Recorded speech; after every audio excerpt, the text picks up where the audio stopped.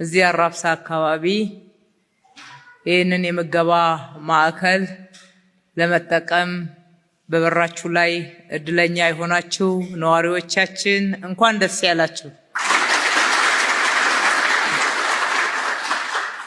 ይሄ የምገባ ማዕከል እዚህ መክፈት ያስፈለገበት ዋናው ምክንያት እንደምታውቁት ቀድሞ ከቂርቆስ አካባቢ የሸራተን ማስፋፊያ ሸራተን ሆቴል ሲገነባ በነበረው ልማት ተነሽነት 10-90 የሚባሉ ቤቶች ውስጥ የሚኖሩ እጅግ በጣም ዝቅተኛ ገቢ ያላቸውና ምንም ገቢ የሌላቸው ወገኖች የሚኖሩበት አካባቢ መሆናቸውን አይተን አንዱ መነሻ እሱ ነው። ሁለተኛ የካዛንቺስ ተነሺዎች እዚህ አካባቢ የገቡት በተለይም ቀድሞ ይህ ነው የሚባል ቋሚ ገቢ ያልነበራቸው በደባልነት በጥገኝነት ይኖሩ የነበሩ የከተማችን ነዋሪዎች ናቸውና ህጋዊ ቤት አልነበራችሁም ብለን እነሱን ሳናስተናግድ መተው ስለማንችል እዚህ ጋር ሰርተን ያስገባናቸው በርካታ ነዋሪዎች በመኖራቸው በዛ አጋጣሚ የኑሯቸው ሁኔታም ስለገባን ይሄ ምገባ በጣም እንደሚያስፈልግ ወስነን ነው እዚህ ሊገነባ የቻለው። ብዙ ዜጎቻችን በምገባ ማዕከላት ሲመገቡ ቆይተው በሂደት ደግሞ ቋሚ የስራ ዕድል እንዲያገኙ የምናደርግበትን መርሃ ግብር ነው። እስከዛ ድረስ ከከፈትናቸው 29 የምገባ ማዕከላት ውስጥ በሺዎች የሚቆጠሩ ዜጎችን በሂደት ወደ ስራ እያስገባን የራሳቸው ገቢ እንዲኖራቸው የማድረግ ስራም ጎን ለጎን እየሰራን ያለ ነው። እዚህም 30ኛው የምገባ ማዕከል ሲከፈትላችሁ በቋሚነት ሁሌ እዚህ ትመገባላችሁ ማለት አይደለም።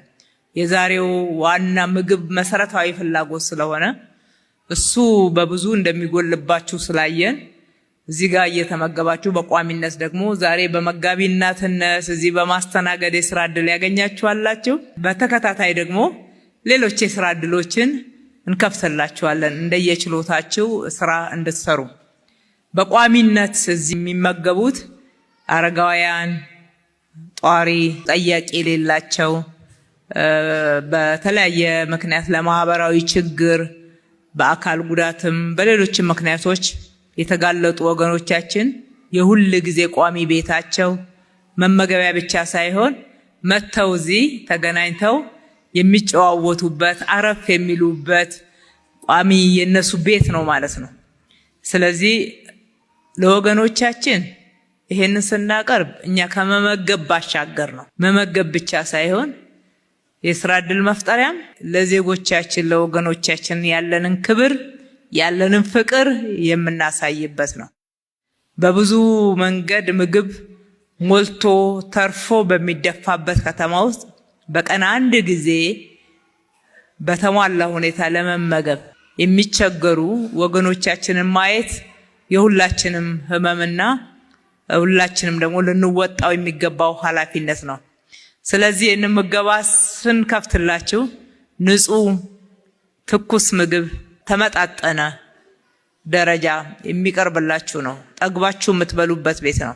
አንዳንዶችም ደግሞ ቤት ውስጥ መምጣት ለማይችሉት ጭምር ይዛችሁ የምትሄዱበት የራሳችሁ መመገቢያ ቦታ ነው። እሱ እንደተጠበቀ ሆኖ ለእናንተ እንደምንወዳችሁ እንደምናከብራችሁ ደግሞ ያለንን ሐሳብ ያለንን ትልቅ አክብሮት የገለጽንበት ነውና እንኳን ደስ ያላችሁ በድጋሚ ማለት እወዳለሁ።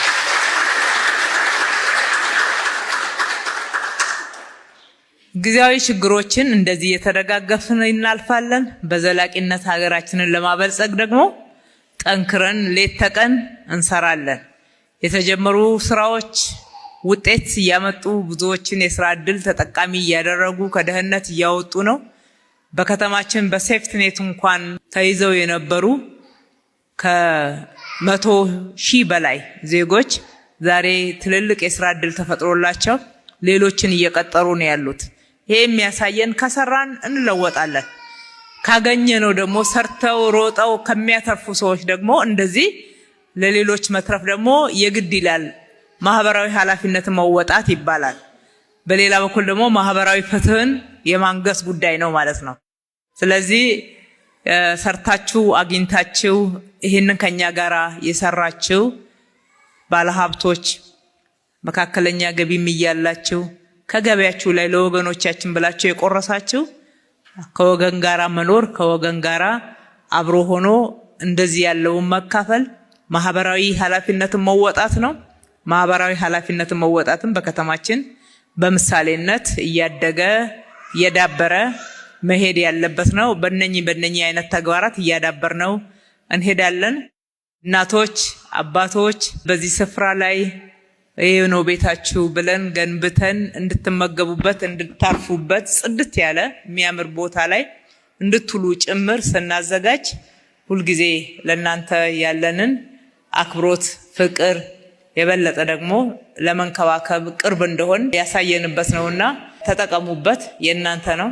የምገባ ሰዓት ሲደርስ ብቻ ሳይሆን ከዛም በፊት መጣችሁ እዚህ ተገናኝታችሁ የተለያዩ ጉዳዮቻችሁን እየተወያያችሁ ደስ ብሏችሁ ብትቆዩበት ቤታችሁ ነው ማለት እወዳለሁ።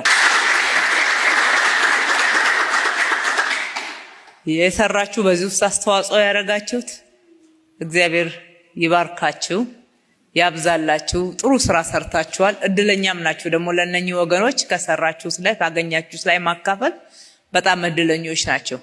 ክፍለ ከተማውም እነኚህ ነዋሪዎችን በማስተባበር አብራችሁ ሆናችሁ አስተባብራችሁ እንደዚህ አይነት ጽድት ያለ የሚያምር ሰፊ ስፍራ ለነኚህ ወገኖች ስላቀረባችሁ ላመሰግናችሁ እወዳለሁ።